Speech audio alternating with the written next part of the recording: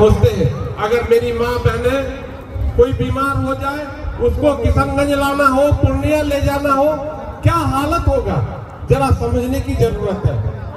आप लोग 35 सालों से जो मुसलमानों की हालत है वो बस से बदतर है। आप लोगों ने ये समझा, हम लोग आगे बढ़ेंगे।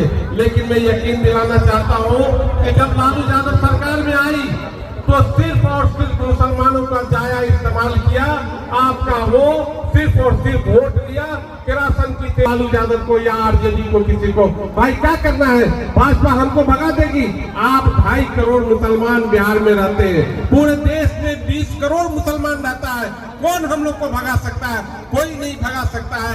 सिर्फ आरजेडी और जो इस तरह के महागठबंधन के लोग हैं, सिर्फ ये भय दिखाकर, डर दिखाकर आपसे गलत तरीके से वोट लेता है और आपके तरक्की के लिए, आपके बच्चों की तकदीर और तस्वीर के लिए कुछ मंदवाना गुजारिश करता हूं कि एक आदमी आजादी के बाद 35 साल के बाद एक आदमी आया है जो प्रशांत किशोर जिसका नाम है, वो गांव-गांव चलकर आपके बीच जाकर आपकी समस्याओं को समझ रहा है, आपके दुख तकलीफ को समझ रहा है। और वो आदमी कह रहा है कि जो सीमांचल में मुसलमानों की हालत है, माओ के बदन पे कपड़ा नहीं है, बच्चे के पैर में चप्पल नहीं है। आदरणीय प्रशांत किशोर जी भावुक हो जाते हैं और कहते हैं, सरवर साहब, मुसलमानों की हालत तो वाकई सीमांचल में दलितों से बदतर है।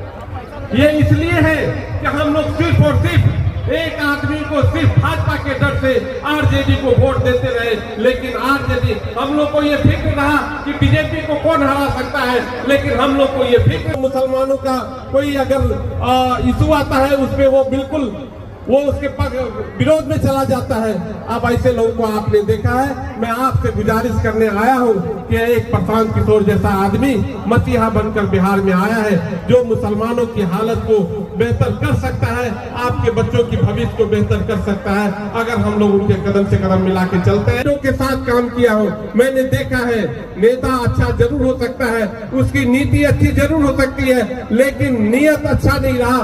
तो इसी वजह से आपकी नीति भी अच्छी है और सबसे बड़ी बात है उसका नियत भी अच्छा है। इसलिए मुझे लगता है कि आप लोग अगर उनके कदम से कदम मिला के चलते हैं, उनको मजबूत करते हैं, तो आने वाला दिन, आने वाला भविष्य बेहतर हो सकता है। सीमांचल का तकदीर और तस्वीर बदल सकता है। बहुत बहुत शुक्रिया आपको। बहुत बहुत शुक्रिया सरवर भाई।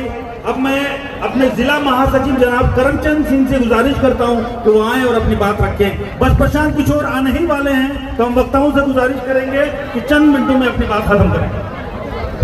हेलो, बड़ी सौभाग्य की बात है कि आज